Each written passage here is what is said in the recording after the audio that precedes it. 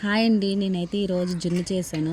అయితే జున్ను రెసిపీ చాలాసార్లు పెట్టానని రెసిపీ వండడం అయితే నేను వీడియో తీయలేదు, కానీ వండిన తర్వాత అయితే చూపిస్తున్నాను. చూడండి, చక్కగా కొబ్బరి ముక్కలా అయితే ఉంది జున్ను. ఇప్పుడైతే జున్నుని తిందాము.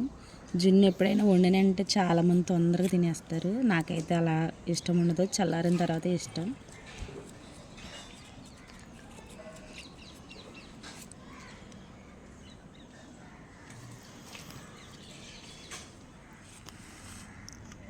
జున్ను ఎలా చేయాలో తెలియని వాళ్ళు మన ఛానల్లోకి వెళ్ళి చూడండి.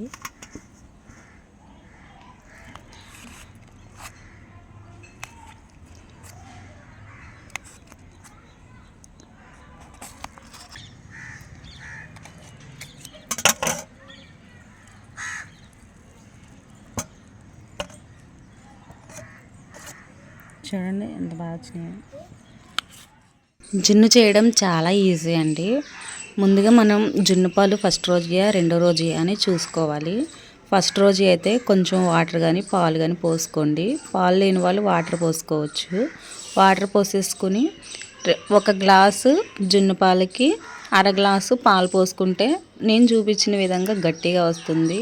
మీకు గట్టిగా కాదు జ్యూసీగా కావాలి అనుకుంటే ఫస్ట్ రోజు జున్ను పాలలో గ్లాస్ పాలకి గ్లాసు మామూలు పాలు పోసుకొని వండుకుంటే మనకి సాఫ్ట్గా ఉంటుంది జున్ను, ఇలా కొబ్బరి ముక్కలాగా లేకుండా.